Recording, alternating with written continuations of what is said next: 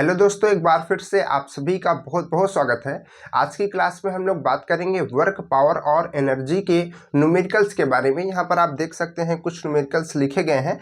इसके पिछली क्लास में हम लोगों ने बहुत सारे न्यूमेरिकल्स लगाए थे। अगर आपने पिछली क्लास देखी होगी तो उसमें आपने देखा होगा कि हमने बहुत सारे न्यूमेरिकल लगाए थे और ये जो दो न्यूमेरिकल आपको दिख रहे हैं, इन न्यूमेरिकल को भी उसी पिछली क्लास में लगाया जाना था, लेकिन कैमरा जो है वो ऑफ हो गया था। इसकी वजह से ये दोनों न्यूमेरिकल्स छूट गए थे। तो आज की क्लास में हम लोग इन दोनों न्यूमेरिकल को सॉल्व करेंगे। उसके साथ साथ कुछ और न्यूमेरिकल हमने आज की क्लास में ऐड कर दिए हैं, तो उनको भी सॉल्व करेंगे, तो बहुत ही मजा आने वाली है। तो सारे न्यूमेरिकल्स को हम लोग सॉल्व करेंगे, कुछ इन दोनों को भी और बाकी के जो न्यूमेरिकल है उनको भी। तो आपको क्या करना है, आपको कॉपी और पेन लेकर के बैठना है और अच्छे से क्लास को शुरू से लेकर के लास्ट तक देखना है, ताकि आपको हर एक चीज़ अच्छे से समझ आए, हर एक तरीके के क्वेश्चन के कॉन्सेप्ट क्लियर हो और आप उसका एक्सरसाइज करके प्रैक्टिस करके अच्छे से अच्छा एग्जाम में स्कोर करें। ठीक है, तो देखिए किस तरीके से इसको हम लोग सॉल्व करेंगे, यहाँ पर बात करते हैं। तो भाई सबसे पहले पढ़िए क्वेश्चन क्या है। क्वेश्चन फिर से हम पढ़ देते हैं। तो क्वेश्चन है कि एक हृदय हृदय धड़कन होती है ना, वो वाला हृदय। तो एक हृदय 10 सेंटीमीटर पारे के औसत दाब के विपरीत, यहाँ पर एक पारा का रेफरेंस लिया जा रहा है। पारा समझते हैं मरकरी होता है, ठीक है, उसी का रेफरेंस लिया जा रहा है। तो 10 सेंटीमीटर पारे के औसत दाब के विपरीत 75 ml यानी कि मिलीलीटर रक्त प्रति धड़कन विसर्जित करता है। ठीक है, ये उसका विसर्जन की रेट है कि इतना मिलीलीटर, मतलब कि इतना वॉल्यूम का जो है रक्त प्रति धड़कन, एक धड़कन में इतना मिलीलीटर वो छोड़ता है। जैसे एक पंप करता है तो इतना मिलीलीटर रक्त जो है छोड़ता है। ठीक है, यदि धड़कन की गति 72 प्रति मिनट हो, यानी कि 1 मिनट में 72 बार धड़कता है। ठीक है, आपको पता है कि जो स्वस्थ व्यक्ति होता है उसका 72 बार होना चाहिए। ठीक है, तो यहाँ से जीके का भी एक क्वेश्चन हो गया। तो 72 प्रति मिनट हो तो हृदय द्वारा किए गए कार्य की दर आपको बतानी है। देखिए यहाँ पर लाइन भी खींची हुई है, क्योंकि हम लोग क्या निकालेंगे, हम लोग निकालेंगे कार्य की दर। और हमसे पूछा क्या है, कार्य की दर ही पूछा गया है। ठीक है, तो कार्य की दर क्या होती है, देखिए कार्य अलग चीज होती है, कार्य की दर। क्वेश्चन में आपको हर एक तरीके से गुमराह करने की, हर एक लाइन जो होती है आपको गुमराह करने के लिए लिखी गई होती है। उसमें यह सोचता है कि कैसे भी करके जो स्टूडेंट है वो किधर घूम जाए। ठीक है, आपको लेकिन उन सबसे बच करके रखना है। ठीक है, तो यहाँ पर देखिए कार्य की दर लिखी गई है, ना कि कार्य लिखा गया। तो हमने कहा था कार्य की दर क्या होती है, तो कार्य की दर क्या होती है आप बताइए। कार्य की दर को हम लोग क्या कहते हैं, कार्य की दर होती है शक्ति। क्या होती है, कार्य की दर को ही तो हम लोग शक्ति कहते हैं, यानी कि पावर कहते हैं, यानी कि पावर कहते हैं। ठीक है, कार्य की दर को ही हम लोग क्या कहते हैं, पावर कहते हैं, और कार्य को हम लोग क्या कहते हैं, वर्क कहते हैं। ठीक है, तो दोनों में अंतर है। तो हमसे पावर पूछा है, किसकी पावर पूछा है, यहाँ पर हृदय की बतानी है। तो हृदय की कार्य करने की दर आपको बतानी है, किसमें बतानी है, वाट में। तो यहाँ पर ये 4 ऑप्शन है, आपको सही आंसर बताना है। तो चलिए सबसे पहले हमको पता चल चुका है कि हमको पावर निकालनी है। ठीक है, क्या निकालनी है, पावर निकालनी है। तो आप स्टेप कैसे फॉलो करेंगे, कोई भी क्वेश्चन देखेंगे तो कैसे फॉलो करेंगे। सबसे पहले जैसे आपने देख लिया कि हमको क्या निकालना है। ठीक है, हमको पावर निकालनी है। अब पावर निकालनी है तो हम आपको पिछली क्लास में यही समझा रहे थे कि जैसे आप किसी भी चीज को, जैसे सीआईडी का काम होता है। सीआईडी का कैसे काम होता है भाई, कोई केस हो गया तो आप पहले कैसे भी करके एक इंसान को पकड़ेगी या फिर आसपास के लोगों को पूछेगी। ठीक है, उससे किसी का नाम हिंट मिलेगा, फिर उसके पास जाएगी, उसकी पिटाई करेगी। अगर पीटने लायक है, अगर वही मतलब एक्यूज्ड है तो, ठीक है, वही आरोपी है तो उसकी पिटाई होगी थोड़ा सा, फिर उसकी पिटाई के बाद दूसरे आदमी का नाम आएगा, फिर उसकी पिटाई होगी, तो फिर ऐसे करते करते वो, ऐसा आपने देखा होगा टीवी में, मूवीज में। ठीक है, आपने रियल में तो ऐसा कुछ देखा नहीं होगा। ठीक है, रियल में देख भी नहीं पाएंगे। तो यहाँ पर क्या होगा कि यहाँ पर जो पावर है, पावर का फॉर्मूला क्या होता है, इसका फॉर्मूला होता है कार्य करने की दर, यानी कि कार्य बटे समय, कार्य बटे समय। तो अब यहाँ से हमको पता है कि अगर हमको पावर चाहिए, इसको पता लगाना है, तो हमको इन दोनों व्यक्तियों से मिलना पड़ेगा, वर्क से मिलना पड़ेगा और टाइम से मिलना पड़ेगा। ठीक है, कार्य से मिलना पड़ेगा और समय से मिलना पड़ेगा। तो क्या हमारे क्वेश्चन में कहीं पर कार्य दिया हुआ है, कहीं पर सीधे लिखा हुआ है कि कार्य ये है और समय ये है, लो भाई तुम सीधे सीधे कार्य की दर निकाल लो। ऐसा होता तो बच्चे भी क्वेश्चन का आंसर बता देते, लेकिन ऐसा नहीं है। तो इन दोनों से भी हमारा काम नहीं हुआ, तो इन दोनों की भी पिटाई चालू होगी। तो फिर क्या होगा, इन दोनों की पिटाई चालू हो गई, ठीक है। तो वर्क अब हम देखेंगे कि वर्क कैसे मिलेगा हमको, वर्क हमको कैसे मिलेगा, ठीक है। तो वर्क हमको कैसे मिलेगा, अब वर्क को निकालने के लिए वर्क का फॉर्मूला लगाएंगे। तो वर्क का फॉर्मूला क्या होता है, वर्क का फॉर्मूला होता है फोर्स इनटू डिस्प्लेसमेंट और अपॉन में टाइम रहेगा, क्योंकि टाइम अब वो हो चुका है, अब टाइम में कुछ चेंजेस नहीं हो सकता है, ठीक है, क्योंकि टाइम का कोई फॉर्मूला थोड़ी ना होता है, वो टाइम तो टाइम है, ठीक। तो टाइम रहेगा और वर्क का होता है एफ इंटू एस, हमने आपको बताया था।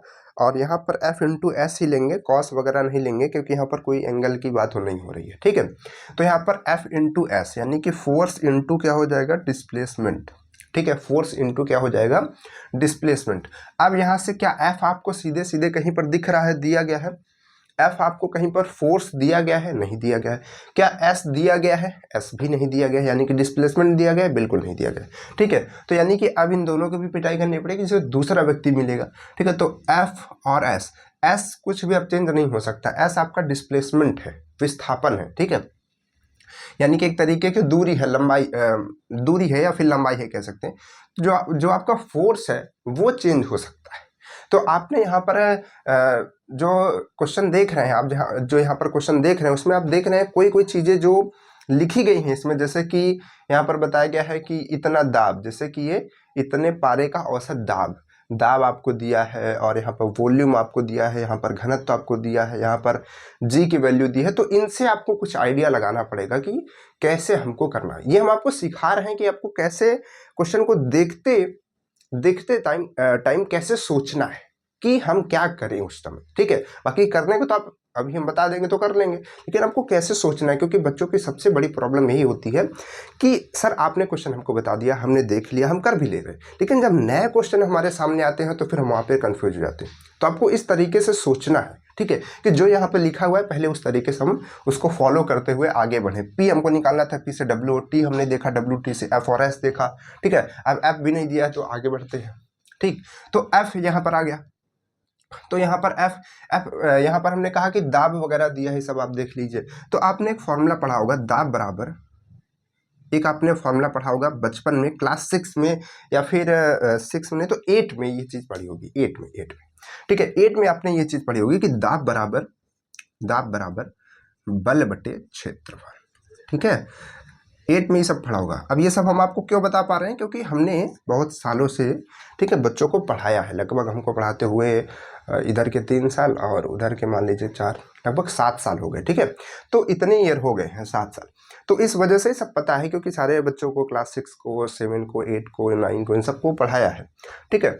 तो यहाँ से आपको क्लियर हो जाएगा कि यहाँ पर बल और क्षेत्रफल, ठीक है, मतलब कि ये क्लास 8 में आपने पढ़ते हैं लगभग बच्चे। तो यहाँ पर दाब बराबर बल बटे क्षेत्रफल, अलग अलग कॉलेज का अलग अलग सिस्टम है। तो दाब बराबर बल बटे क्षेत्रफल, आपने ये फॉर्मूला पढ़ा होगा।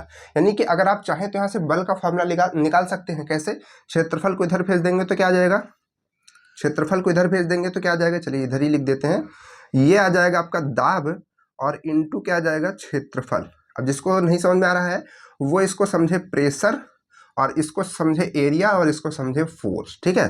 तो यहाँ से ये फॉर्मूला क्या बन जाएगा, यहाँ से ये बन जाएगा आपका दाब यानी कि प्रेशर, और इनटू में क्षेत्रफल, इनटू में क्या, क्षेत्रफल यानी कि एरिया, ठीक है, और इक्वल में क्या, बल। तो बल बराबर हम ये कह सकते हैं कि बल बराबर हमारा क्या होता है, बल बराबर हमारा होता है दाब इंटू क्षेत्रफल, ठीक है। यानी कि हम कह सकते हैं कि फोर्स बराबर क्या होगा, P इंटू ए, ठीक है, ये हमारा हो सकता है, ठीक है।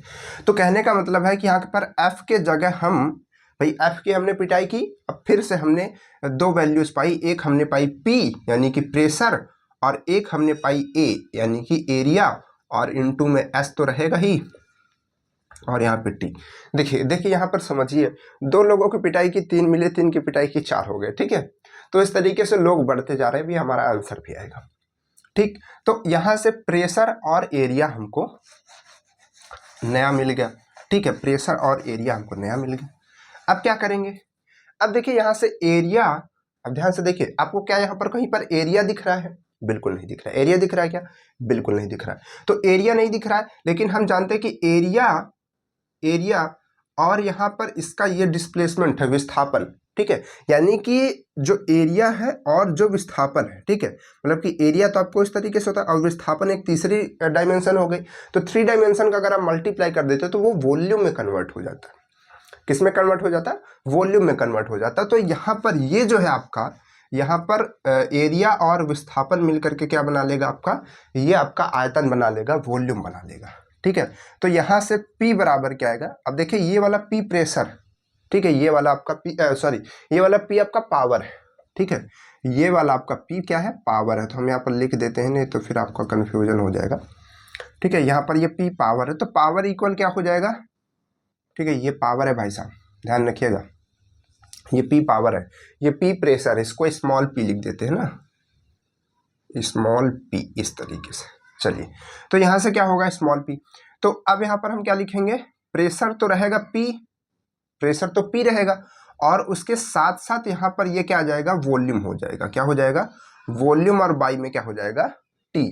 या फिर हम बाई में T कहने का मतलब है कि ये क्या है? दर है, समय की दर है। तो हम इसको हटा करके, इस दर को हटा करके हम इस चीज को ऐसे भी लिख सकते हैं कि ये तो आपका प्रेशर हो गया, ये P वाला, और ये मिल करके तो आपका V हो गया, वॉल्यूम, कैपिटल V है, बड़ा वाला V है, ठीक है। और उसके बाद T जो है आपका, यहाँ पर जो दर है कि इस दर से काम कर रहा है, उसको हम लोग क्या कह सकते हैं? वेग भी कह सकते हैं, वेलोसिटी भी कह सकते हैं। तो इनटू में इस चीज को हम V भी लिख सकते हैं, या फिर अगर नहीं लिखेंगे तो बाद में हमको जो यहाँ पर लिखा है 72 प्रति मिनट, उसको हमको रखना पड़ेगा, तो बात वही हो जाएगी। तो आप चाहे यहाँ पे ऐसे रख दीजिए, इसको वेग कह दीजिए, या फिर लास्ट में रख दीजिए, तो आप इसको सीधे सीधे वेग कह सकते हैं। बाकी ये चीज यहाँ से आई, ठीक है। तो हमने ये फॉर्मूला बना लिया कि पावर बराबर क्या होता है आपका, यहाँ पर प्रेशर, और इनटू में क्या होता है, मतलब दाब, इनटू में आयतन, और इनटू में यहाँ पर ये क्या होता है आपका? वेग होता है, ठीक है। ये हमने फॉर्मूला बना लिया।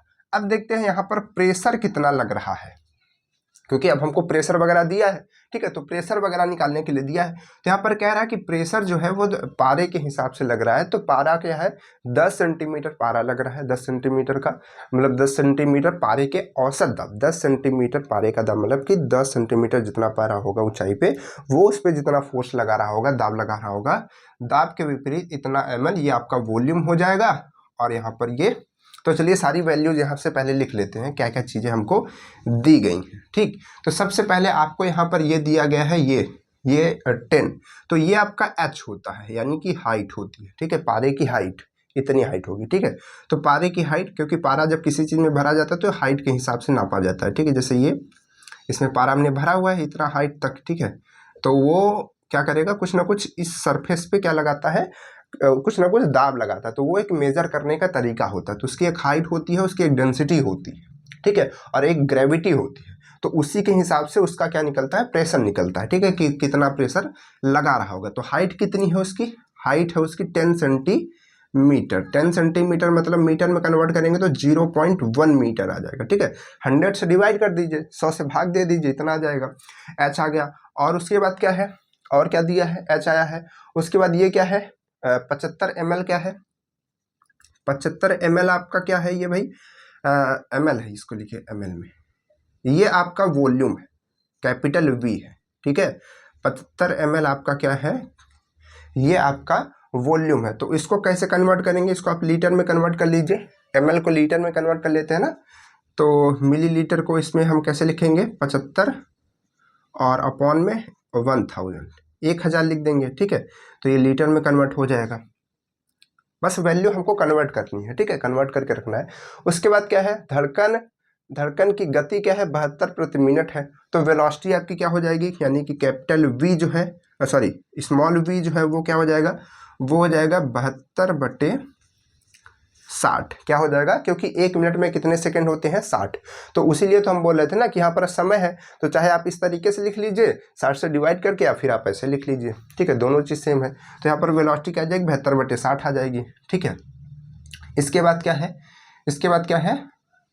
आकार करने की दर निकालनी है। यहाँ पर कुछ चीज़ें दी गई है आपको, घनत्व दिया गया है। घनत्व यानी कि डेंसिटी को हम लोग D से डिनोट करते हैं, जो कि दिया गया है आपको 13.6। देखिए यहाँ पर 13.6 ग्राम प्रति सेंटीमीटर क्यूब दिया गया है, लेकिन आपको जो वैल्यू रखनी है वो मीटर में रखनी है। ठीक है, देख पा रहे हैं हम मीटर में रख रहे हैं, तो जब इसको मीटर में कन्वर्ट करेंगे और इसको ग्राम से किलोग्राम में कन्वर्ट करेंगे तो ये क्या हो जाएगा, ये कन्वर्ट हो जाएगा इंटू 10⁻³ और यहाँ पर ग्राम के जगह हो जाएगा अब किलोग्राम और सेंटीमीटर की जगह हो जाएगा मीटर क्यूब। ठीक है, अभी हम आपको ये चीज़ बता देते हैं कि इसको कन्वर्ट कैसे करते हैं। ठीक है, उसके बाद क्या है, जी आपको दिया गया है, स्मॉल जी कितना दिया गया 9.8 नहीं 10 दिया गया है, तो 10 मीटर पर सेकेंड स्क्वायर। देखिए ये मीटर में है तो इसमें कोई चेंजेस करने की जरूरत नहीं, तो इतनी वैल्यूज हमारे पास दी गई है। ठीक, तो अब देखिए यहाँ से जो आपका पी प्रेशर है, ठीक है, जो आपका पी प्रेशर है ये आपका हो जाएगा ये आपका हो जाएगा एच डी जी।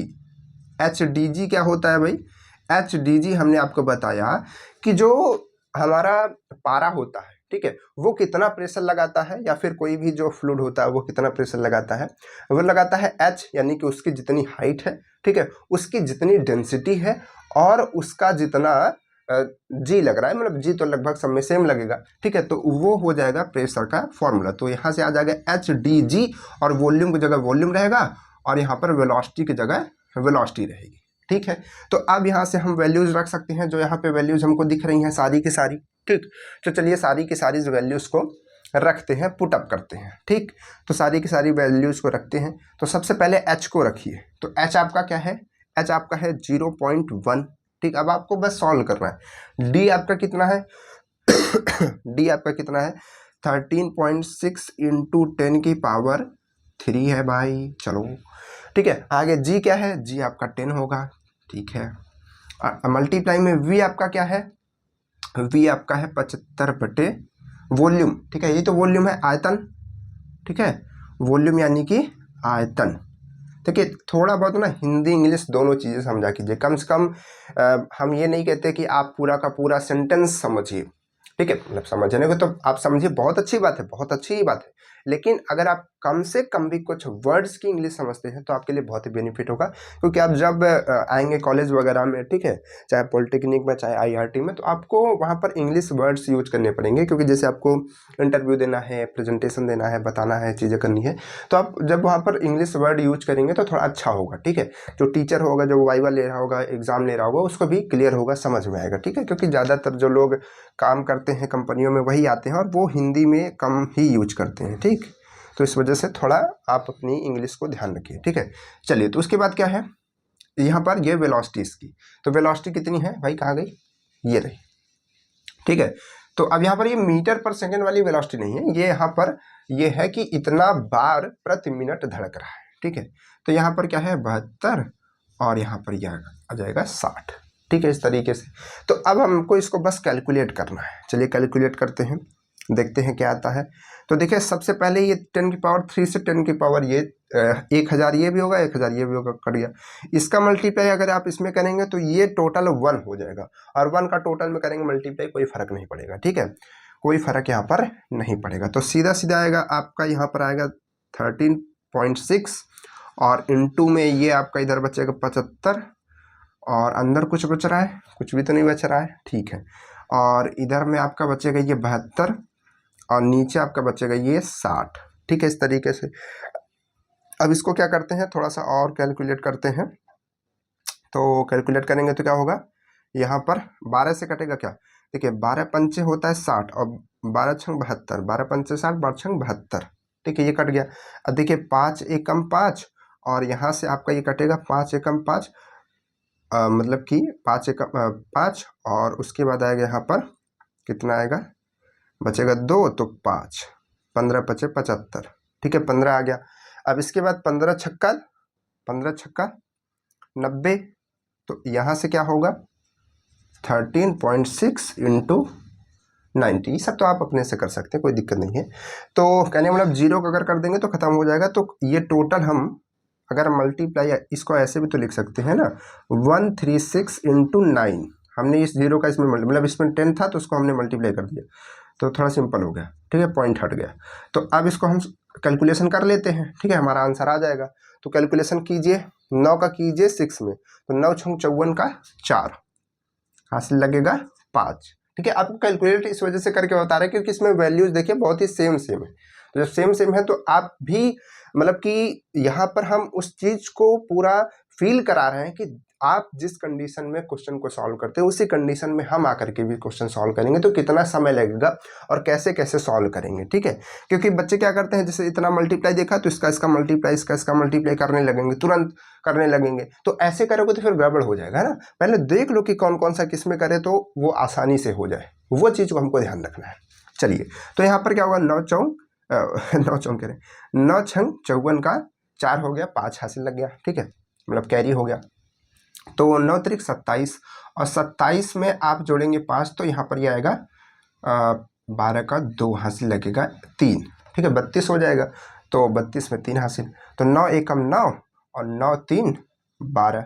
ठीक है, 9 3 12। तो ये कितना रहा है, 12 और 24, यानी कि ये कितना रहा है, 1224। 1224 क्या आएगा ये, 1224 क्या आएगा ये, क्योंकि ये पावर है तो ये आपकी किस में आएगी, वाट में आएगी। ठीक है, वाट में लिखा भी है और वाट में आएगी भी। ठीक है, इतना वाट। ठीक है, तो ये वाट में आ गया। तो क्या आपके ऑप्शन में ऐसा कुछ है, ठीक है, क्या आपके ऑप्शन में ऐसा कुछ है, 1224 है, ऐसा कुछ नहीं है। ये हो सकता है क्या, नहीं, क्योंकि 1 पॉइंट, ठीक है, कितना क्वेश्चन सोच करके बनाया जाता है यहाँ पर। चलिए ये तो गलत हो गया। ठीक है, लेकिन ये देखिए, चलिए ये भी आपने सोचा कि चलिए ठीक है, हो सकता है यार ये तो गलत ही हो। ठीक है, क्योंकि हम इतनी बड़ी वैल्यू आ रही है, तो आप सोचेंगे ये वाला जब देखेंगे तो आप सोचेंगे यार कहीं हमने ही तो नहीं मिस्टेक कर दी किसी एक जीरो को मल्टीप्लाई करने में या कुछ भी करने में, कहीं छोटी सी मिस्टेक हमने ही नहीं कर दी, या फिर जैसे आपने इसको कन्वर्ट करने में गलती कर दी, इसको कन्वर्ट करने में, इसको कन्वर्ट करने में गलती कर दी, कहीं पर भी गलती कर दी छोटी सी। ठीक है, बस आपकी वैल्यू चेंज हो जाएगी और आप दूसरा ऑप्शन टिक करके आ जाएंगे। तो ना ये सही है, ना ये सही है, ना ये सही है बाबू, ये सही है। ठीक है, समझ में आ गई कि नहीं बात। चलिए इसको एक बार स्क्रीनशॉट कीजिए, फिर आगे बढ़ते हैं और नेक्स्ट क्वेश्चन सॉल्व करते हैं। चलिए ठीक है, स्क्रीनशॉट करने में बहुत मजा आता है ना। अरे भाई ये कहाँ गया, इरेजर मेरा कहाँ गया, स्क्रीनशॉट करने में बहुत मजा आता है। चलिए, इरेजर हो चुका है फिर से गायब। इतना गायब होता है भाई, वो इतना गायब होता है, पता नहीं कहाँ चला जाता है। चलिए, कुछ और चीज़ नहीं है, हाथ से ही मिटाना पड़ेगा। स्क्रीनशॉट करने में बहुत मज़ा आता है, बच्चों को इतना मज़ा आता है, सोचते हैं यार लिखना उखना तो है नहीं। ठीक है, नोट्स वोट्स बना के क्या होगा, ठीक है, क्वेश्चन वोश्चन सॉल्व करके क्या होगा, बस स्क्रीनशॉट मारो, फ़ोन में रखो और उसके बाद उसको कभी पढ़ो नहीं, सिलेक्शन हो ही जाएगा हनुमान जी की कृपा से, है ना, ऐसा होता है। अच्छा, अभी क्वेश्चन है, ठीक है, अभी नया क्वेश्चन नहीं, पहले इस क्वेश्चन को सॉल्व करते हैं। तो ये क्वेश्चन हो गया कि नहीं हो गया, सबका समझ क्लियर हो गया। ठीक है, चलिए नेक्स्ट क्वेश्चन ये वाला है। ठीक है, समय लेके समझा रहे हैं, इस वजह से समय बहुत है हमारे पास। ठीक है, मतलब आज की क्लास में, ठीक है, क्योंकि कम क्वेश्चन कराने, 5 क्वेश्चन कराने टोटल, तो ये क्वेश्चन और 3 और एक्स्ट्रा में है ना, अच्छे क्वेश्चन है, ऐसा नहीं है। तो देखिए यहाँ पर क्या है कि ये हमारा नेक्स्ट क्वेश्चन है। तो नेक्स्ट क्वेश्चन क्या है, नेक्स्ट क्वेश्चन है कि 5 मीटर लंबी रस्सी लटके हुए झूले पर, ओहो क्या क्वेश्चन बनाया जाता है भाई, झूला पे यहां से एक रस्सी लटक रही है, टेढ़ी हो गई, कोई बात नहीं। ठीक है, झूले पे, ठीक है, यहाँ पे झूला बंधा होगा तो इसको हम मान लेते हैं, और यहां से मान लीजिए बंधा होगा। ठीक है, टोटल इसकी हाइट कितनी है, टोटल इसकी हाइट कितनी है भाई साहब, 5 मीटर। कितनी है, 5 मीटर, 5 मीटर। यहाँ से झूला मान लीजिए बंधा हुआ है और यहाँ से ऐसे ऐसे झूल सकता है। ठीक है, चलिए 5 मीटर लंबी रस्सी के लटके हुए झूले पर 25 केजी संहित यानी कि द्रव्यमान का एक लड़का बैठा हुआ है। ठीक है, एक व्यक्ति रस्सी को इस प्रकार खींचता है कि, मतलब कि एक व्यक्ति है रस्सी को इस प्रकार खींचता है कि ऊर्ध्वाधर से 30 डिग्री का कोण बनाती है। नाप के खींच रहा है, स्केल लेके बैठा हुआ है भाई। चलिए, तो ये इसको क्या करता है, ऐसे खींचेगा। ठीक है, किसी वक्त भाई ऐसा झूला बैठा हुआ, आप क्या करते हैं, ऐसे आते हैं, कोई बच्चा बैठा हुआ ऐसे खींचते हैं, यूं छोड़ देते हैं, यूं, ठीक है, ऐसा करते हैं ना। तो यही चीज यहाँ पर होगी। तो जब हम इसको ऐसे खींचेंगे ऊपर, तो वह क्या करता है, ऐसे इसको खींचता है, ऐसे खींचेगा, ऊपर ले जाएगा, थोड़ा सा ऊपर होगा ना, फिर इधर खींचेंगे तो ऊपर ही तो होगा। नहीं होगा क्या? होगा ना। चलिए, ऊपर की तरफ ही ऐसे मूवमेंट करेगा, ऐसे खींचेगा तो ऐसे जाएगा। तो अगर हम देखें इस चीज को तो ये कुछ इस तरीके से आएगी, ठीक है, ये कुछ इस तरीके से आएगी। इसको हम डॉटेड कर देते हैं ना। चलिए हाथ से ही डॉटेड बना देते हैं, जब पहले नहीं बनाया तो अभी बना देते हैं। अब क्लियर है? ठीक है, तो ये इस तरीके से आ जाएगी, यहां पर आ जाएगा झूला।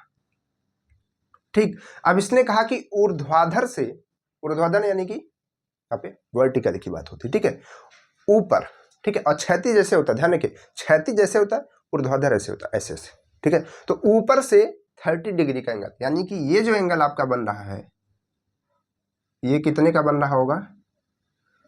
ये बन रहा होगा 30 डिग्री का। कितने का बन रहा होगा? 30 डिग्री का। तो 30 डिग्री का यहाँ पर कोण बन रहा है, ठीक है, अच्छा, अच्छी बात है। उसके बाद क्या है? कोण बनता है, छात्र की गुरुत्व स्थितिज ऊर्जा में सन्निकट वृद्धि होगी, यानी कि लगभग आपसे पूछ रहा है कि कितनी वृद्धि होगी, किसमें? गुरुत्व स्थितिज ऊर्जा में। अब ये गुरुत्व स्थितिज ऊर्जा क्या है? स्थितिज ऊर्जा को ही हम लोग गुरुत्व स्थितिज ऊर्जा कहते हैं। मतलब कि गुरुत्व के कारण हो रही है, ग्रेविटी के कारण हो रही है, इस वजह से यहाँ पर हम गुरुत्व कह दे रहे हैं। तो स्थितिज ऊर्जा में क्या अंतर होगा, ठीक है, कितना बढ़ जाएगा? क्योंकि आप यहाँ पर देखिए कि जब आपने झूले को, अच्छा आप ये सोचिए कभी कि जब आप झूले को, झूला जैसे ऐसा एकदम सिंपल खड़ा हुआ है, ठीक है, जैसा ऐसा है, कोई लड़का बैठा हुआ है, फिर भी वो झूल नहीं सकता। और भाई अगर एकदम सीधा तो झूल सकता है क्या? नहीं झूल सकता। आप उसको जैसे ही पीछे ऐसे करते हैं और ऐसे करके आप धक्का भी नहीं लगाते, जैसे मान लीजिए आपने ऐसे खींचा और धक्का भी नहीं लगा, आपने छोड़ दिया, देखिए वो वेलोसिटी में आ जाता है। क्यों? क्यों आ जाता है भाई? क्यों आ जाता है? क्योंकि उसमें एक स्थितिज ऊर्जा आ जाती है, एक स्थितिज ऊर्जा आ जाती है, जिसके वजह से वो आगे जाता है, फिर पीछे आता है, फिर धीरे धीरे ऐसे करके रुकता है। ठीक, तो वही चीज यहां पर हो रही है। क्यों हो जाता है? क्योंकि जो यहां पे था, हमने इसको जब इधर खींचते हैं तो ये देखिए, जैसे कि ये 5 मीटर था, तो आपका ये भी तो 5 ही मीटर रहेगा, इसमें तो कोई चेंजेस नहीं होगा। रस्सी तो रस्सी है, ये भी तो 5 मीटर ही रहेगी, 5 मीटर ही रहेगी। लेकिन यहाँ पे जब आप इसको खींचते हैं तो ये चीज देखिए, ये चीज अगर आप ध्यान देंगे तो आप देखेंगे कि यहां से ये जो डिस्टेंस है, यहां से ये जो डिस्टेंस है आपकी, ये टोटल डिस्टेंस इतना जो है पहले से वो ऊपर उठ चुका है। देखिए पहले वो यहां था, अब वो यहां पर इस डिस्टेंस पे, यानी कि इतनी हाइट उसकी, जो हाइट यहां पर थी, आप जब उसको पीछे खींचते हैं तो वो हाइट उठ जाती है। और हाइट अगर उठ गई तो कुछ ना कुछ उसमें स्थितिज ऊर्जा आ जाएगी। यही तो हम आपको कब से समझा रहे हैं कि जब किसी चीज में गति रहेगी तो गतिज ऊर्जा, जब आप किसी चीज को हाइट पे रख देंगे, हमने इसको यहाँ पे रख दिया, ठीक है, हाइट पे, अगर इसमें कैसे भी करके थोड़ा सा चेंजेस हुआ, यानी कि गिरने का मौका पाया, तो देखिए इसमें वेलोसिटी आ जाएगी। यार समझाते समय काहे गिरते हो तुम, बेइज्जती कराते हो मेरी। चलो, तो क्या हुआ कि ये जो है नीचे गिरने लगता है। क्यों? क्योंकि ये एक हाइट पे है, स्थितिज ऊर्जा इसमें है, ठीक है, इसी वजह से ये नीचे जाने लगता है। तो यहीं पर जब हम इसको खींचते हैं पीछे की तरफ, तो उसमें हमने एक एनर्जी भर दी, एक पोटेंशियल एनर्जी भर दी, जैसे छोड़ते आगे चल जाता है, ठीक है। वही चीज यहाँ पर है। तो वही पूछ रहा है कि जो स्टार्टिंग में इसकी स्थितिज ऊर्जा थी और जो खींचा हमने 30 डिग्री का कोण बनाया, ठीक है, तो फिर उसकी स्थितिज ऊर्जा होगी कुछ दूसरी, ठीक है। और भाई जमीन तो यहाँ पर होगी, जमीन तो यहाँ पर होगी। तो अगर ये इतने पे टंगा हुआ था स्टार्टिंग में, ध्यान देखिएगा, जब खींचा नहीं था तब भी तो कुछ ना कुछ हाइट पे था, तो तब भी तो कुछ ना कुछ उसमें स्थितिज ऊर्जा रही होगी, कुछ ना कुछ रही होगी। लेकिन जब हमने खींचा तब और हो गई, ठीक है, तब और हो गई। तो यहां से ये धरती आपकी अर्थ है, ठीक है। तो यहां से हम पहले क्या करेंगे, इस चीज की स्थितिज ऊर्जा निकालेंगे जब वो स्टार्टिंग में था, जब खींचा नहीं गया था, और बाद में हम इसकी स्थितिज ऊर्जा निकालेंगे जब उसको खींचा गया। दोनों को घटा देंगे तो हमको परिवर्तन दिख जाएगा। तो चलिए सबसे पहले स्थितिज ऊर्जा निकालते हैं। तो स्थितिज ऊर्जा का हम लोग फॉर्मूला क्या जानते हैं? तो हम लोग देखेंगे कि शुरू में क्या चला गया आंख में, शुरू में स्थितिज ऊर्जा, देखिए ये लिखने का हम और दूसरे तरीके से लिख सकते हैं, लेकिन आपको समझाने के लिए आपकी लैंग्वेज में, ताकि आपको समझ में अच्छे से क्लियर हो, इस तरीके से लिखते हैं ताकि, क्योंकि यहाँ पर कोई हमको नोट्स नहीं बनानी है, ठीक है, सबसे बड़ी बात ये है। बस हमको क्वेश्चन की प्रैक्टिस करनी है। नोट्स मतलब आपको बनानी है, क्वेश्चन लिखना है, उसको सॉल्व करके रखना है, ये नहीं है मतलब कोई आपको टीचर नहीं चेक करने जा रहा है, ये चीज़ है। तो यहाँ पर क्या होगा, शुरू में स्थितिज ऊर्जा क्या होगी आपकी, ठीक है, शुरू में स्थितिज ऊर्जा क्या होगी, वो आपकी होगी, स्थितिज ऊर्जा का फॉर्मूला क्या होता है, स्थितिज ऊर्जा का फॉर्मूला आपका होता है mg और h, क्या होता है, mgh, ठीक है, तो mgh होता है। तो यहाँ से स्टार्टिंग में क्या होगा, इसका भी फॉर्मूला यही होगा mg, और अगर हम इस चीज़ की हाइट यहाँ पर दी गई है, तो हाइट कितना दिया गया है, 5 मीटर, और मीटर में ही है तभी आप लिखिए, तो इसको हम 5 रख सकते हैं। तो टोटल ये स्टार्टिंग की आ गई, ठीक है, ये स्टार्टिंग की स्थितिज ऊर्जा आ गई कि नहीं आ गई, ठीक है आ गई। उसके बाद अगर हम बात करें बाद की स्थितिज ऊर्जा, बाद की स्थितिज ऊर्जा, बाद की स्थितिज ऊर्जा, तो बाद की स्थितिज ऊर्जा क्या होगी, बाद की स्थितिज ऊर्जा हमारे पास फिर से mgh आएगी, लेकिन इस बार h जो है ये h नहीं रहेगा, क्योंकि ये h अभी तक कितना था, ये आपका 5 मीटर था, ठीक है, जिसकी वजह से इतना थी, लेकिन यहाँ पर क्या है, इतनी हाइट जो है ये आ चुकी है। तो कहने का मतलब है कि इतनी हाइट हमारी कम हो चुकी है, ठीक है, इतनी हाइट क्या हो चुकी है, कम हो चुकी है। मतलब कि यहाँ पर कहने का मतलब है कि ये हाइट अगर आप यहाँ से अर्थ से देख रहे हैं तो ये तो इधर बढ़ चुकी है, लेकिन अगर इसके रेफरेंस से देखेंगे तो उसके हिसाब से यहाँ पर ये इतनी हो चुकी है। तो हम क्या करेंगे, इस हाइट को निकालेंगे, ठीक है, इस हाइट को क्या करेंगे, निकालेंगे, ठीक है, इतनी हाइट को, तो इसको माइनस कर देंगे तो वो आ जाएगा, ठीक है, सिंपल। तो इस हाइट को पहले निकालते हैं। चलिए मान लेते हैं कि अगर ये पॉइंट O होगा और ये पॉइंट आपका मान लीजिए कि A होगा, ठीक है, वो O होगा, ये A होगा, और ये वाला पॉइंट जहाँ पर ये स्थितिज ऊर्जा का परिवर्तन हुआ है, इसको मान लेते हैं हम कि ये पॉइंट C होगा या फिर B होगा। चलिए क्या होगा, अगर B होगा, ठीक है, तो हमको क्या करना है, OB निकालना है। क्या निकालना, OB निकालना। तो OB आप निकाल सकते हैं, कैसे निकाल सकते हैं, देखिए ये आपको एक ट्रायंगल नहीं दिख रहा है, यहाँ से एक ट्रायंगल दिख रहा है, ये आपको एक ट्रायंगल दिख रहा है, ये टोटल, तो ट्रायंगल दिख रहा है, तो यहाँ पर आपको एंगल भी ये 90 डिग्री पे होगा, ठीक है, ये 90 डिग्री पे होगा। तो इस तरीके से आपको एक ट्रायंगल दिख रहा है जिसमें एक लाइन ऐसी है और एक डॉटेड लाइन ऐसी है और एक डॉटेड लाइन ऐसी है। देखिए ध्यान से हम बना दे रहे हैं, इस तरीके से आपको दिख रहा होगा। और मतलब कि इसको अगर आप ऐसे पकड़ के ऐसे घुमा के रखेंगे तो देखिए ऐसे ही आएगा। तो यहाँ पे 30 लिखा हुआ है, ठीक है, और यहाँ पर ये O है, यहाँ पर ये क्या है, B है, और यहाँ पर ये वाला पॉइंट है, ये वाला पॉइंट, ठीक है, इसको चलिए मान लेते हैं M पॉइंट, तो M है, ठीक है, इस तरीके से। तो हमको क्या निकालना है, हमको निकालना है ये वाला OB निकालना है। तो हम इसको निकाल सकते हैं, कैसे निकाल सकते हैं, और हमको पता है ये 5 है, ठीक है, क्योंकि रस्सी तो बराबर ही होगी, ये 5 है आपकी, तो कॉस यहाँ पर हम लगा सकते हैं, क्योंकि कॉस लगाएंगे तभी हमको ये मिलेगा। तो हम लगा सकते हैं ना कि कॉस थीटा बराबर, ठीक है, तो इसको अभी होल्ड पर रखते हैं, यहाँ से देखेंगे तो लिखेंगे कि कॉस थीटा बराबर क्या होता है, कॉस थीटा बराबर अगर आप यहाँ से लगाएंगे तो क्या होगा, कॉस थीटा बराबर आपका क्या होगा, यहाँ पर होता है आधार यानी कि OB, ठीक है, OB, और अपॉन में क्या हो जाएगा, OM, ठीक है, OM। तो यहाँ से अगर आप देखेंगे तो थीटा आपका कितना है, तो थीटा आपका 30 है, ठीक है, तो OB यहाँ से क्या आएगा, OB तो OB ही रहेगा, OM क्या है, OM आपका 5 दिया गया है, 5 है, ठीक है। तो यहाँ पे cos 30 कितना होता है, √3/2 होता है कि नहीं होता है। तो यहाँ से अगर आप 5 को इधर भेज देंगे तो 5 इधर आएगा तो मल्टीप्लाई में आ जाएगा। तो OB की वैल्यू क्या आ जाएगी, OB की वैल्यू आ जाएगी √3/2 इंटू मल्टीप्लाई में, मतलब इंटू या मल्टीप्लाई में क्या आ जाएगा, 5 आ जाएगा। तो इस तरीके से OB की वैल्यू आपने निकाल ली।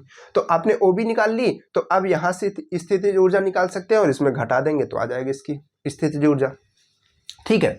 तो चलिए इसको हम लोग निकालते हैं, ठीक, इसको हम लोग निकालते हैं, मतलब कि ये हमको मिल चुका है, OB मिल चुका है, ठीक।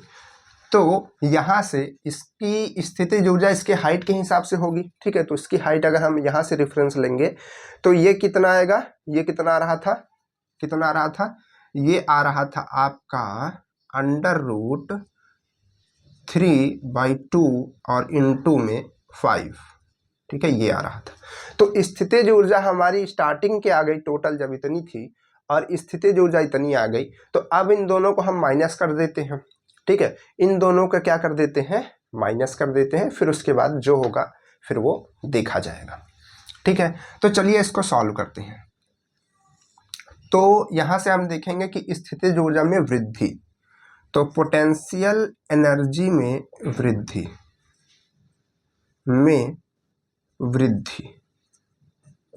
तो पोटेंशियल एनर्जी में वृद्धि कितनी हुई होगी, पोटेंशियल एनर्जी में इन दोनों को माइनस करेंगे तो देखिए अभी हमने एम और जी की वैल्यू इसलिए नहीं रखी क्योंकि एम और जी दोनों में कॉमन है, तो दोनों में हम कॉमन ले सकते हैं एम और जी को। तो यहाँ से कॉमन ले लेंगे तो क्या आ जाएगा, क्या आ जाएगा, क्योंकि दोनों को माइनस करना है। चलिए एक बार लिख देते हैं, नहीं तो कन्फ्यूजन आपको हो सकता है, इस वजह से पहले लिख देते हैं, ठीक है। एम जी और यहाँ पर मल्टीप्लाई में ये 5 है, ठीक है, हम ऐसे पॉइंट लगा कर लिख रहे हैं, ये 5 है, और माइनस करेंगे इसको, तो इसको करेंगे तो एम जी और इसको लिखेंगे तो कितना आएगा, एक सेकेंड, यहाँ पर भी पॉइंट लगा कर लिखे, 0.5 √3/2, ठीक है, √3/2 इस तरीके से। तो अब आपको एम जी कॉमन नहीं दिख रहा है, तो एम जी हम कॉमन ले लेंगे अगर, तो यहाँ से क्या आ जाएगा, यहाँ से आ जाएगा 5 √3/2, ठीक है। तो यहाँ से आ जाएगा। तो अब देखिए इस चीज़ को हम सॉल्व कर सकते हैं, लेकिन हमको बहुत सारा इसमें मल्टीप्लिकेशन वगैरह करना पड़ेगा। तो इस चीज़ को और थोड़ा सा आसान बनाने के लिए हम क्या करते हैं, इसमें 5/2 को कॉमन ले लेते हैं। किसको, पहले तो 5 को कॉमन लेते हैं। देखिए 5 हमारा कॉमन आ सकता है, अगर हम देखेंगे तो 5 कॉमन आ सकता है, और अगर हम देखें तो 1/2 भी कॉमन आ सकता है। तो अगर 5 कॉमन लेंगे पहले तो क्या आएगा, यहाँ पर √3/2 बचेगा। देखिए 5 दोनों में से निकल करके कॉमन आ गया।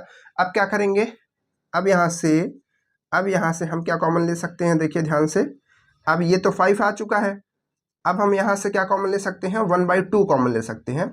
तो अगर हम यहाँ से 1/2 कॉमन ले लेंगे तो ये आपका 5/2 हो जाएगा, और यहाँ पर आ जाएगा 2, और यहाँ पे केवल बचेगा √3। अब हम ऐसा क्यों कर रहे हैं, क्योंकि हम √3 की वैल्यू तो जानते हैं, लेकिन अगर उसको 2 से डिवाइड करेंगे फिर माइनस करेंगे तो बहुत लंबा प्रोसेस हो जाएगा। तो इस वजह से हमने 1/2 को कॉमन ले लिया। तो जब 1/2 कॉमन लेंगे तो यहाँ पर 2 हो जाएगा, क्योंकि देखिए 2 को अगर 1/2 को आप अंदर भेजेंगे तो ये 1 हो जाएगा, ये है ना, यहाँ पर ये हो जाएगा √3/2। ये कॉमन लेने का तरीका है, तो यहाँ से हो जाएगा। अब इसको हम सॉल्व कर सकते हो, तो mg की वैल्यू अब हम रख सकते हैं, mg की वैल्यू रख दीजिए। चलिए भाई, mg की वैल्यू क्या है, यहाँ पर दिया गया है, m कितना है 25, m कितना है 25, g आपको कितना लेना है, g आपको कहीं पर दिया है, नहीं दिया, और जब नहीं दिया रहता तो हम लोग क्या लेते हैं, 9.8 लेते हैं, ठीक है। अब इसको सॉल्व करना है, तो आपको √3 की वैल्यू पता है, नहीं पता है तो पता होनी चाहिए, ठीक है। क्यों, क्योंकि ये छोटी छोटी वैल्यूज आपको पता होनी चाहिए। तो यहाँ से क्या करेंगे, यहाँ से टोटल 25 और मल्टीप्लाई में क्या करेंगे 9.8, उसको सब कॉमन रहने देते हैं,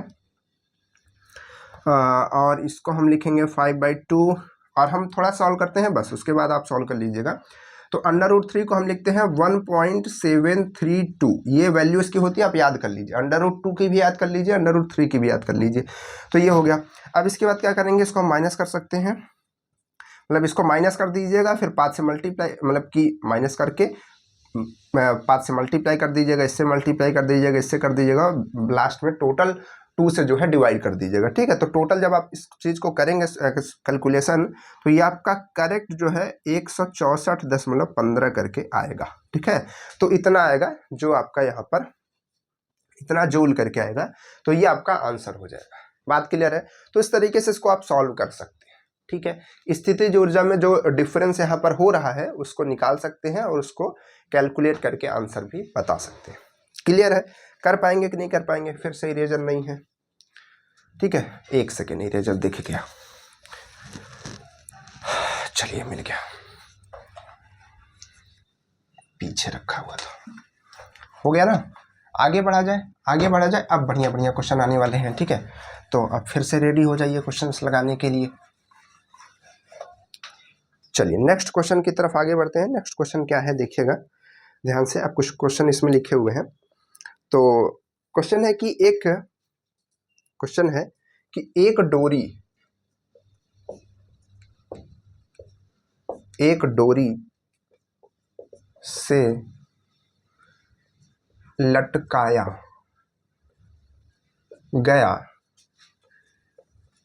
m द्रव्यमान m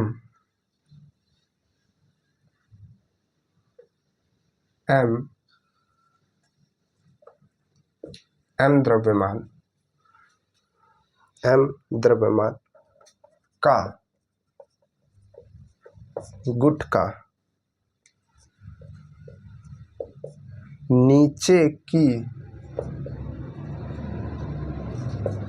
दिशा में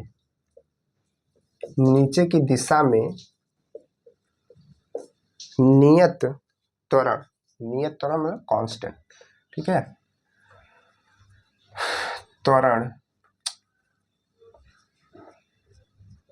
नियत त्वरण g/4 से वह दूरी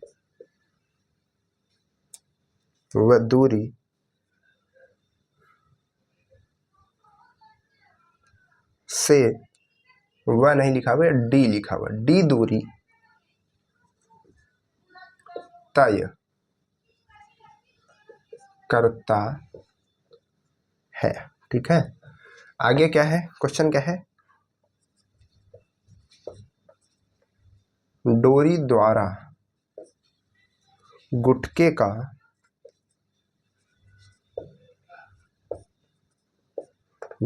का संपन्न कार्य होगा, ठीक है।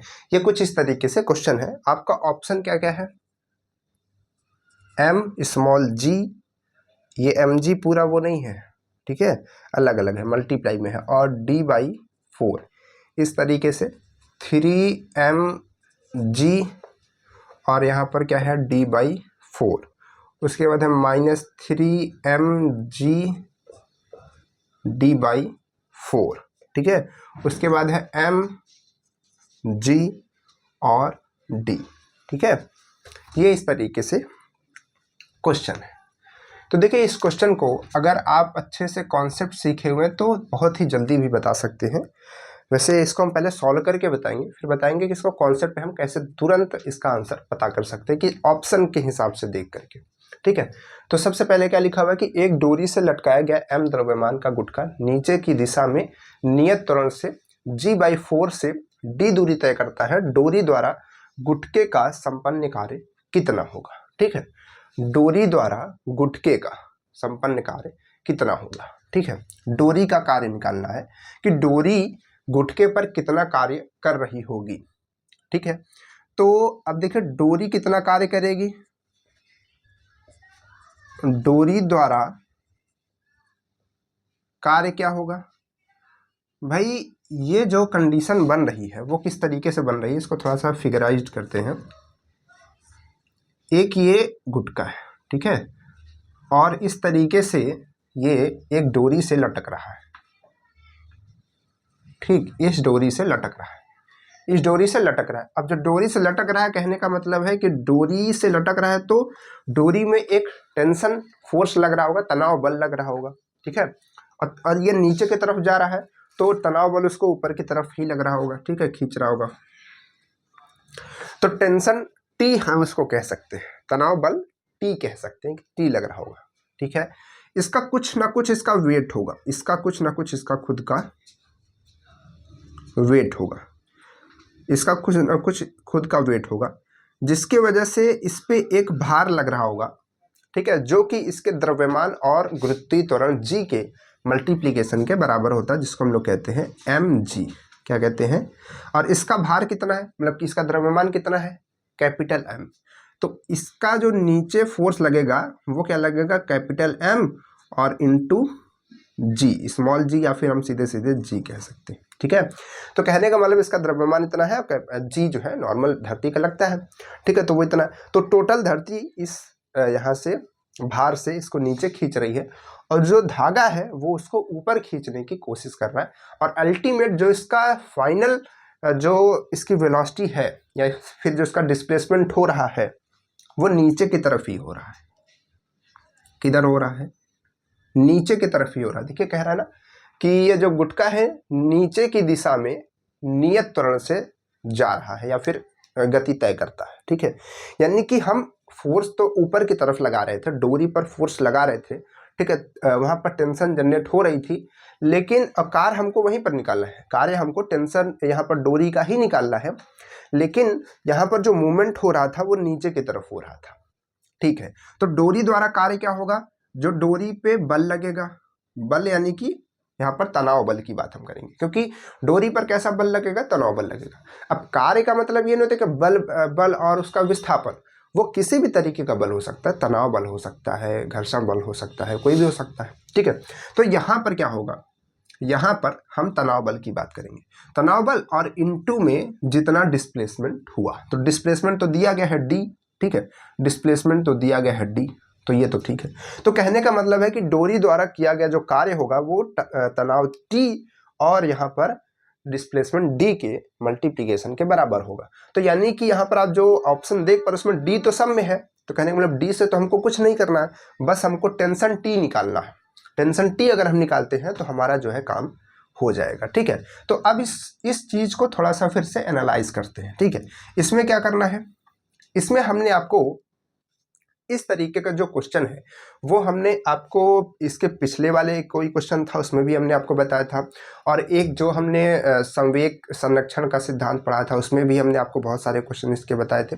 उसमें हमने देखा था कि जब भी इस तरीके की प्रॉब्लम आती है तो इसमें हमको कुछ चीज़ों को ध्यान रखना होता है। जैसे कि आप देख पा रहे हैं यहाँ पर एक टेंशन ऊपर की तरफ लग रही है, और एक इस पे नीचे भार लग रहा है नीचे की तरफ, ठीक है, एक ऊपर की तरफ और नीचे की तरफ। हमने आपको कहा कि अगर ऊपर की तरफ का फोर्स जो टी है और जो नीचे की तरफ का एम जी है, ये दोनों अगर बराबर हो जाता है, ये दोनों अगर बराबर हो जाता है, तो ये जो पिंड है, ये जो गुटका है, वो कभी भी मूव नहीं कर सकता, ना तो ऊपर मूव कर सकता है ना तो नीचे मूव कर सकता है, क्योंकि दोनों तरफ बराबर बराबर बल लग रहा है, ठीक है, बराबर बराबर बल लग रहा है, ठीक है। तो ये अगर ऐसा है तो, लेकिन यहाँ पर कह रहा है कि वो नीचे की तरफ गति कर रहा है, और नीचे की तरफ गति करने का ये मतलब होता है, ये इस बात की पुष्टि करता है, सिद्ध करता है कि ये भार ज्यादा होगा टी से। आप भी सहमत है भाई? अगर आप किसी छोटे बच्चे को, समझिएगा, आप किसी छोटे बच्चे को, ठीक है, क्या कीजिए कि आइडियली है, ऐसा कुछ करना नहीं, खतरनाक हो सकता है, ठीक है, कि एक कुएं से जैसे बाल्टी खींचते हैं, ठीक है, बड़ी बाल्टी हो और उसको पकड़ा दीजिए, तो क्या उसको वो खींच सकता है? नहीं। क्या होगा? उसके हाथ से रस्सी छूटती जाएगी और वो बाल्टी जो है नीचे की तरफ जाती जाएगी, कुछ ना कुछ वो फोर्स लगाने की कोशिश करेगा, लेकिन बड़ी बाल्टी होगी तो वो नीचे की तरफ जाती जाएगी। या फिर कोई बड़ा व्यक्ति है लेकिन बहुत बड़ी चीज कोई उठानी है रस्सी से या किसी भी चीज से, तो वो उसको खींचने का प्रयास तो करेगा जितना उसके पास फोर्स है, लेकिन वो नीचे की तरफ जाती जाएगी। क्यों? और नीचे की तरफ कब जाएगी? जब ये चीज नीचे का जो बल एम जी है, उसका जो भार है वो ज्यादा होगा। तो कहने का मतलब ये है कि यहाँ पर ये चीज जो है हमारी ज्यादा होगी और ये चीज हमारी कम होगी, ठीक है। और ये चीज ऊपर की तरफ लग रही है और ये चीज किधर लग रही है? नीचे की तरफ लग रही है। तो अल्टीमेट क्या है कि यहाँ पर एक पॉइंट्स अगर हम देखेंगे तो एक फोर्स ऊपर की तरफ लग रहा है टी, और एक फोर्स नीचे की तरफ लग रहा है एम जी। ये भी तो फोर्स ही एक तरीके का, अरे भाई फोर्स एम ए फोर्स है ना, एम जी, तो एम ए कह दीजिए या फिर एम जी कह दीजिए। धरती के द्वारा एम जी लगेगा और बाकी के द्वारा एम ए लगेगा, ठीक है। तो जो आपका पिंड है, जो आपका यहाँ पर पिंड है, वो एक रिजल्टेंट फॉर्म में आगे पीछे जाएगा। भाई जैसे कि एक रस्सी है, ठीक है, हम इधर 10 लगा रहे हैं, उधर वो 12 लगा रहा है, तो वो ज़्यादा लगा रहा है, लेकिन ऐसा तो है नहीं कि वो 12 के रफ्तार से उधर जाने लगेगा, क्योंकि 10 तो हम भी खींच रहे हैं, तो पूरा घटा करके 2 के रफ्तार से वो उधर जा रहा होगा। समझ पा रहे हैं? तो वही चीज़ यहाँ पर होने वाली है। तो कुछ इधर लग रहा था, कुछ उधर लग रहा था, तो ये ज़्यादा था, लेकिन इधर भी तो खींचा जा रहा था।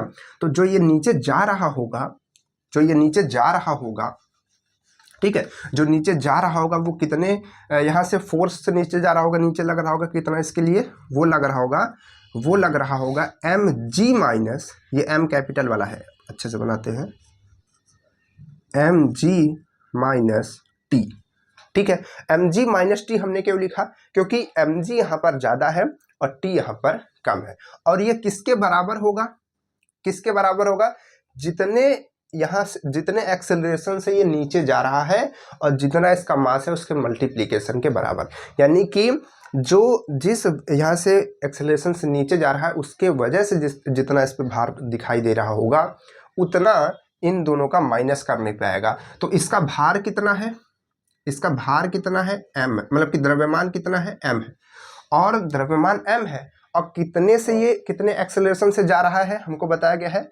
एक्सेलरेशन कितना है? g/4 है। तो कहने का मतलब है कि यहाँ से हम मल्टीप्लाई कर सकते हैं इसका, मल्टीप्लाई कर सकते हैं इसका g/4 से। g/4 कहने का मतलब है कि ये एक तरीके का एक्सेलरेशन है। तो एक्सेलरेशन आप चाहे तो यहाँ पर ए भी रख सकते हैं। ठीक है, अभी समझने के लिए ए रख दीजिए। तो ये इसका एक्सेलरेशन पहले ए आ गया। ठीक है, कि जितने एक्सेलरेशन से ये नीचे जा रहा होगा।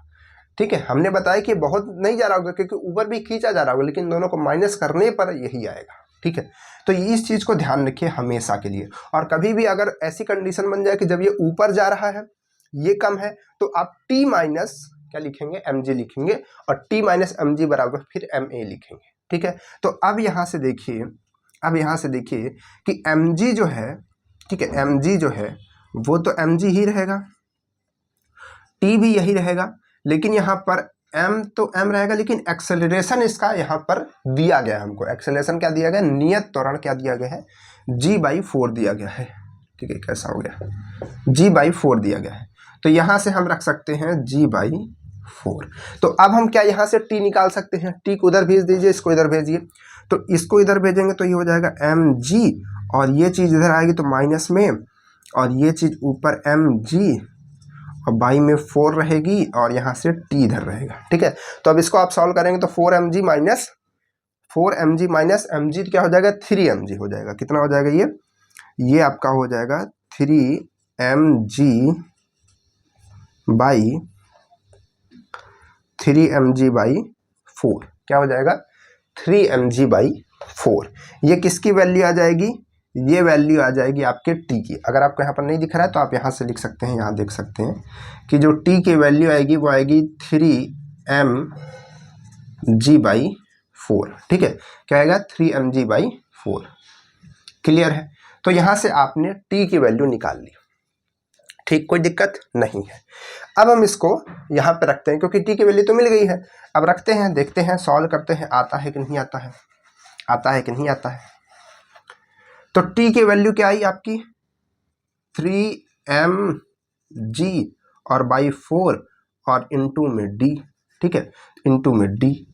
तो अब इसको थोड़ा सा सॉल्व करेंगे, इसको थोड़ा सा सॉल्व करेंगे तो क्या आएगा? यहाँ से इस तरीके से लिखेंगे जैसा इसमें लिखा गया है बार बार। तो 3 को पहले लिख दिया गया है, m और g को पहले बाद में लिखा है, फिर d/4 को इस तरीके से लिख दिया है वही चीज़, बस उसको थोड़ा सा चेंज कर दिया। तो यहाँ पर ही आ गया। तो इसमें ऑप्शन नंबर कौन सा सही हो जाएगा? बी, है ना? बी सही हो जाएगा। बिल्कुल गलत है। ठीक है, गलत है। क्यों गलत है? अब गलत क्यों है? ठीक है, क्योंकि बी इसका आंसर नहीं होगा, इसका आंसर बी नहीं होगा। आया हमारा वही है, लेकिन ये आंसर गलत है। कैसे गलत है और क्यों गलत है, इस बात को समझिए। देखिए यहाँ पर हम ये ऑप्शन भी इसी तरीके से इस वजह से लिखा है कि गलती आप करके आइए। ठीक है, हमने बताया कि आपको हर एक स्टेप पे टीचर चाहेगा कि आप यहाँ पर गलती कर दीजिए। तो यहाँ पर आप ये ध्यान से देखिए, और ये चीज़ को आपने भूल गए कि फोर्स जो है हमारा किधर लग रहा था? फोर्स किधर लग रहा था? ऊपर की तरफ, मतलब इधर ऊपर की तरफ खींचने के लिए टेंशन लग रहा था। और जो हमारा पिंड है वो किधर मूवमेंट कर रहा था? नीचे की तरफ मूवमेंट कर रहा था। फोर्स बल की दिशा में गति नहीं कर रहा था। और जब बल की दिशा में गति नहीं होती है तो क्या होता है? बल की दिशा में गति नहीं होती है तो फिर क्या होता है भाई? बल की दिशा में गति नहीं होती है तो वो जो बल आता है वो निगेटिव में आता है। ठीक है, किस में आता है? निगेटिव में आता है। किस में आता है? निगेटिव में आता है। ठीक है, तो जब आपने टी निकाला ना तो यही आपका निगेटिव में ही आएगा, या फिर आप यहीं पर जब कार्य निकालने की स्टार्टिंग करेंगे तब भी आप यहीं पर इसको निगेटिव में ही रख करके निकालेंगे। तो ये आपका जब आप रख रहे थे टी, तभी आपको ये सोच लेना चाहिए था कि वो निगेटिव में ही रखेंगे। क्यों रखेंगे? क्योंकि क्योंकि जो हमारा फोर्स लग रहा है ऊपर की तरफ और ये जो गति हो रही है वो नीचे की तरफ हो रही है, बल की दिशा में कार्य ही नहीं हो रहा, बल की दिशा में हो ही नहीं रहा है यहाँ पर मूवमेंट, ठीक है। तो इसके वजह से यहाँ पर ये निगेटिव हो जाएगा। तो आपका ऑप्शन कौन सा राइट होगा? ऑप्शन नंबर 3 हो जाएगा, ठीक है। इस चीज को ध्यान रखिएगा। अब यहाँ पर हम आपको बताते हैं कि इसको हम पल भर में कैसे कर सकते थे, 1 सेकंड में कैसे कर सकते थे। यहाँ पर देखिए इसमें लिखा हुआ है कि इसको हम ऊपर की तरफ खींच रहे हैं, मतलब कि ये इस पर टेंशन ऊपर की तरफ लग रहा है और ये जो है गति नीचे की तरफ कर रहा है। तो आप देख करके ही पता लगा सकते हैं कि तीनों वैल्यूज पॉजिटिव हैं, ये निगेटिव है, तो वैल्यूज तो यही होगी, ठीक है। कुछ भी आए लेकिन वो माइनस में होगी, ठीक है। अगर किसी और में माइनस लगा होता तो आपको सॉल्व करना पड़ता, लेकिन एक ही में माइनस लगा था। तो अगर आपको ये कॉन्सेप्ट क्लियर होता तो आप इसको पहले ही लगा सकते थे, ठीक है। चलिए तो इसको पहले नोट डाउन कीजिए, फिर आगे बढ़ते हैं नेक्स्ट क्वेश्चन की तरफ। करिए स्क्रीनशॉट, ठीक है। चलिए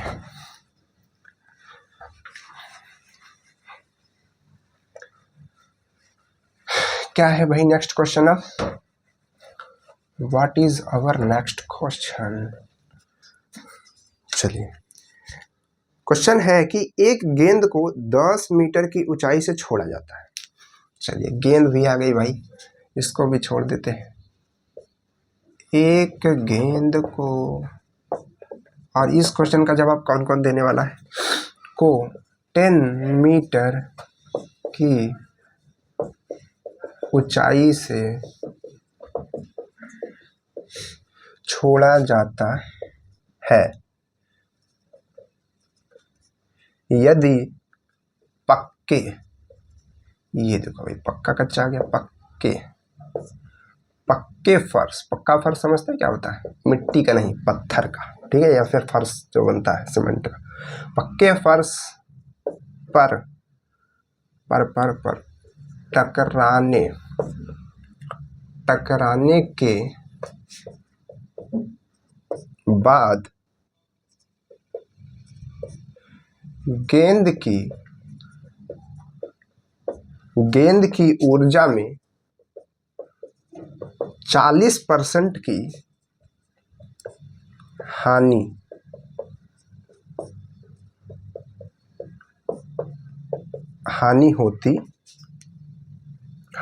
हो जाए, अच्छा हानि हो जाए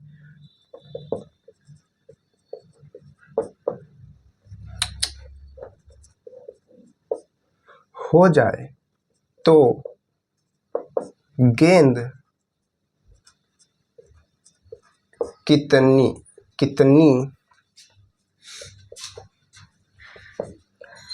ऊपर जाएगी? बहुत बढ़िया सवाल है, मजा आने वाली है ना। 4 metre, 10 metre, 6 metre, NOT metre, ठीक है। कैसे सॉल्व होगा? क्या कह रहा है क्वेश्चन? क्वेश्चन कह रहा है कि एक फर्श, ठीक है, और एक गेंद है। एक गेंद को जब यहां से, ये गेंद है, इस तरीके से बनाते हैं ये, ठीक है, IPL वाली। तो यहां से ये जब गेंद को नीचे छोड़ा जाता है, ठीक, इस तरीके से नीचे छोड़ा जाता है, तो इस पे गिरती है नीचे टक से, ठीक है, यहाँ पर नीचे गिरेगी। और अब पक्की फर्श, ठीक है, आप खुद से सोचिए कि मान लीजिए कि कोई प्लास्टिक की गेंद हो, ठीक है। अब प्लास्टिक की गेंद को ऐसे छोड़ते हैं तो क्या होता है? टक से गिरती है, फिर जंप करती है, ठीक है। या फिर रबर की होगी तो और जंप करेगी। तो यहाँ से जैसे ये करेगी तो हम ये मानते हैं कि ये एक सीधी ही लाइन में वापस मूव करेगी, ठीक है, इधर ही मूव करेगी, इस तरीके से नहीं करेगी, ठीक है। तो यहाँ से हमने माना कि जब ये नीचे गिरी और उसके बाद फिर से ये कुछ ऊपर गई, ठीक है, इतना ऊपर गई, वापस इतना हमने लिख दिया, ठीक है, इतना ऊपर गई। यही तो रहा है भाई, उसने नीचे कुछ डिस्टेंस ट्रेवल की और फिर बाद में ऊपर कुछ गई। तो गेंद अल्टीमेट यहाँ पर आ गई, लास्ट पोजीशन गेंद की यहाँ पर है, ठीक है। ये यहाँ से गिरी फिर ऊपर, है ना, ऐसा। तो देखिए इसमें क्या कॉन्सेप्ट लगाया जा सकता है। तो हमने आपको बताया कि जब जब हाइट का मसला आएगा, जब जब हाइट की बात आएगी, तब तब आप स्थितिज ऊर्जा की बात करेंगे, पोटेंशियल एनर्जी की बात करेंगे। तो पहले हम ये समझते हैं कि इसमें हाइट मतलब कि इसमें पोटेंशियल एनर्जी थी कितनी। भाई अगर आप गेंद को यहाँ पे टांग करके छोड़ेंगे तो यहाँ पर जिससे टांगा, भैया हम गेंद को उठाए यहाँ पे टांग दिए हाथ से, अब इतना टांगे तो उसमें कुछ ना कुछ ऊर्जा आ गई, स्थितिज ऊर्जा, पोटेंशियल एनर्जी। अब हमने जैसे ही छोड़ा वो गतिज ऊर्जा में कन्वर्ट हुई, गई नीचे, गिरी, ठीक है। उसके बाद उसमें कुछ ना कुछ एनर्जी थी गतिज ऊर्जा की, ठीक है, क्योंकि हाई वेलोसिटी होती है लगभग एकदम लास्ट में, ठीक है। तो फिर उसके बाद उस टकराने की वजह से, क्योंकि फर्श पे कोई भी तरीके का हमारा जो है एनर्जी लॉस नहीं हो रहा है, ठीक है, बहुत कम लॉस हो रहा है क्योंकि पक्की फर्श है, ठीक है। लगभग कितना हो रहा है, आ गया 40% ही लॉस हो रहा है, बाकी हमारा बच रहा है। तो उस ऊर्जा का इस्तेमाल कहीं ना कहीं तो होगा, या तो वो ऊपर आएगी या तो फिर भाई बहुत ही तेजी से नीचे घुस जाएगी। ऐसा हो नहीं सकता क्योंकि पक्की फर्श है, तो ऊपर की तरफ ही वो जंप करेगी, ठीक है। तो यहाँ से पहले हम क्या करेंगे, इसकी स्थितिज ऊर्जा निकालेंगे और उसकी 40% ऊर्जा को हटा देंगे, बचेगी 60% ऊर्जा, और 60% ऊर्जा में देखेंगे कितना ऊपर जा सकता है। ठीक है, बहुत बढ़िया, गुड। चलिए कैसे करेंगे, सबसे पहले निकालते हैं, जब ये इतनी हाइट पे था, कितनी हाइट पे था, 10 मीटर, ओ माय गॉड, ये था 10 मीटर हाइट पे, 10 मीटर हाइट पे, this is a 10 metre height, 10 metre. तो इसकी स्थितिज ऊर्जा क्या होगी, अब हमको कुछ भी नहीं दिया गया है, कुछ भी नहीं दिया कि बाल की जो हमारा गेंद है वो कितना उसका मास होगा, जी तो खैर हम निकाल सकते हैं, लेकिन यहाँ पर फॉर्मूला होता है mgh, ठीक है, लेकिन हमको कुछ नहीं दिया है। तो शुरू में हम क्या करेंगे, देखेंगे कि शुरू में यानी कि जब उसको फेंका गया, ऊपर से छोड़ा गया, जब छोड़ा गया, किसको छोड़ा गया, जब गेंद को छोड़ा गया, थोड़ा सा लिख देते हैं, ठीक है, गेंद को छोड़ा गया, तब पोटेंशियल एनर्जी Pe बराबर mg और इनटू में क्या आएगा, इनटू में h यानी कि 10। बढ़िया है, ठीक है, ओके, छोड़ा गया तो इतनी हो गई। अब क्या हुआ, जब वो नीचे मतलब कि इतनी ऊर्जा उसमें आ गई, मतलब इतनी ऊर्जा उसमें हमने थी, स्टार्टिंग में इतनी ऊर्जा थी mg, मतलब कि mg 10 या फिर 10 mg कह सकते हैं, इतनी थी। लेकिन जब वो नीचे गिरी तो 40% ऊर्जा खत्म हो गई, तो बची कितनी, 60% तो बची होगी ना। तो इसका 60% हमारा बचा होगा, तो इसका 60% हम निकालते हैं, कितना होगा भाई, इसका 60%। तो यहाँ पर हम लिखेंगे बची हुई ऊर्जा, बची हुई ऊर्जा, ठीक है, टकराने के बाद बची हुई ऊर्जा कितना होगी, 60% बची होगी, ठीक है। तो हम क्या करेंगे, mg इंटू 10, या फिर हम सीधे सीधे ऐसे लिख सकते हैं कि 10 चलो 10 mg लिखते हैं, ये तो दवाई का नाम लग रहा है ना, 10 mg वाले दी जाए, 50 mg 500 mg, तो ये क्या है, तो यहाँ पर 10 mg और इसका 60% हमने बताया था कैसे निकालेंगे, 60% पर मतलब उसका अपॉन में, और सेंट मतलब 100 कर दीजिए, ठीक है। सॉल्व किया जाए, 0 से 0 निपट गया, कट गया, ठीक है। तो यहाँ से कितना आया, ये आ गया आपका 6 mg, ठीक है, 6 mg, ठीक है, इतनी ऊर्जा बची, ठीक है। अब हम क्या देखेंगे, बाद में मतलब कि जितनी ये तो ऊर्जा बची जब टकराए, तो उसके बाद भी मतलब कि जो नुकसान हो चुका 40% का सब कुछ मिलाने के बाद इतनी ऊर्जा बची है जिससे वो ऊपर जाएगी, ठीक है। तो यही वो ऊर्जा है जिससे अब वो आगे बढ़ने की कोशिश करेगा, ठीक है, आगे बढ़ने की कोशिश करेगा। तो ऊपर कितना गया, ठीक है, तो ये कितनी हाइट तक गया, मान लेते हैं कि x हाइट तक गया, ठीक है, कितनी हाइट तक गया, x हाइट तक गया, x हाइट तक गया। तो टकराने के बाद, ठीक है, टकराने के बाद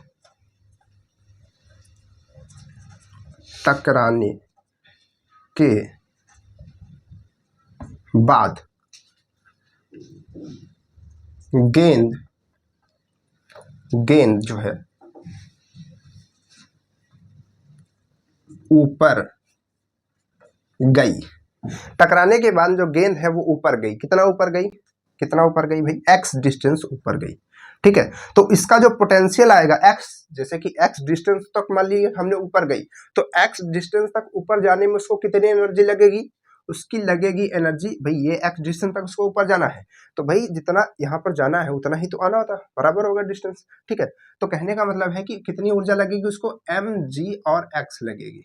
ठीक है, एम जी एक्स, ये इतनी ऊर्जा उसको लगेगी। और उसके पास ऊर्जा कितनी है, उसके पास ऊर्जा कितनी है, उसके पास ऊर्जा है केवल 6 mg की। कितनी है, 6 mg की। और जो ये ऊर्जा है वही तो बाद में कन्वर्ट होगी ना इसकी स्थितिज ऊर्जा में। ये जो ऊर्जा है स्थितिज ऊर्जा ये भी है, यही तो बाद में कन्वर्ट होगी इसमें, इसकी ऊपर जाने में। तो क्या हम इन दोनों को बराबर कह सकते हैं, क्योंकि यही तो बाद में कन्वर्ट होगी। भाई टकराने के बाद जो ऊपर आएगा वो किसकी वजह से आएगा, इसकी वजह से तो आएगा। तो ये बराबर नहीं होगा इस वाली के, बिल्कुल बराबर होगा। तो यहाँ से mg और mg नहीं कर सकता है, तो x की वैल्यू सीधे सीधे 6 नहीं आ सकती है, नहीं आ सकती है। x की वैल्यू 6 मीटर नहीं आ सकती है क्या, आ सकती है। तो 6 मीटर ऊपर जाएगा। 10 मीटर से छोड़ा था, 10 मीटर से छोड़ा था, 40% ऊर्जा गई, 60% तो बची, 60% बची तो 6 मीटर ऊपर गया। अगर 100% ऊर्जा बची होती तो कहाँ जाता बताइए, पूरा ऊपर तक जाता। ठीक है, पूरा ऊपर तक जाता। अगर अगर अगर अगर अगर अगर मगर, ठीक है, अगर मान लीजिए हमारे पास एक क्वेश्चन है कि अगर उसके पास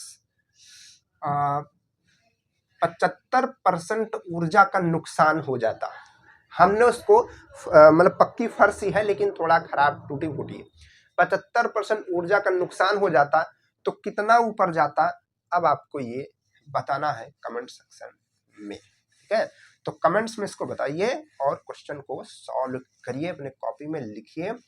और इसका ऑप्शन हम दे दें क्या, ऑप्शन दे देंगे तो आप तुरंत जान जाएंगे, इस वजह से ऑप्शन नहीं देंगे, तो आप इसको बताइएगा। ठीक है, ये है बॉक्स, कौन सा बॉक्स, कमेंट बॉक्स, इसको हम लोग कहते हैं CB, कमेंट बॉक्स। ठीक है, तो कमेंट बॉक्स में बताइएगा कि इसका आंसर क्या होगा, देखते हैं कौन कौन बताता है। ठीक है, तो चलिए फिर मिला जाए आपसे नेक्स्ट क्लास में, और क्वेश्चन लगाते रहिए। जितनी ज़्यादा क्वेश्चन की प्रैक्टिस करेंगे उतना ज़्यादा अच्छा होगा। ये चैप्टर यहीं पर खत्म होता है, अब इसके क्वेश्चन और लगाइए। बहुत सारे क्वेश्चन हमने लगा लिए, 3 क्लासेस की ले ली। अब इसके बाद इसकी जो है नेक्स्ट क्लास कोई दूसरा चैप्टर स्टार्ट होगा, और मैथ वगैरह भी पढ़ते रहिए, मैथ में मेंसुरेशन वगैरह। ठीक है, आपसे फिर से स्टार्ट होगा। बाकी जो पिछली क्लासेस हैं, जो बच्चे नए हैं चाहे वो फिजिक्स की पिछली क्लासेस नहीं देखें उसको जाइए देखिए, और जो बच्चे ग्रुप में ज्वाइन होना चाहते हैं यहाँ पर नंबर दिया रहता है उसमें ज्वाइन हो सकते हैं। और उसके साथ साथ जो आपको बुकलेट होती है, ठीक है, वो आपको फ्री प्रोवाइड होती है, आप वहाँ से बुकलेट ले सकते हो और अच्छे अच्छे क्वेश्चन सॉल्व कर सकते हैं। ठीक है, चलिए फिर मिलता है आपसे नेक्स्ट क्लास में, तब तक के लिए बाय बाय।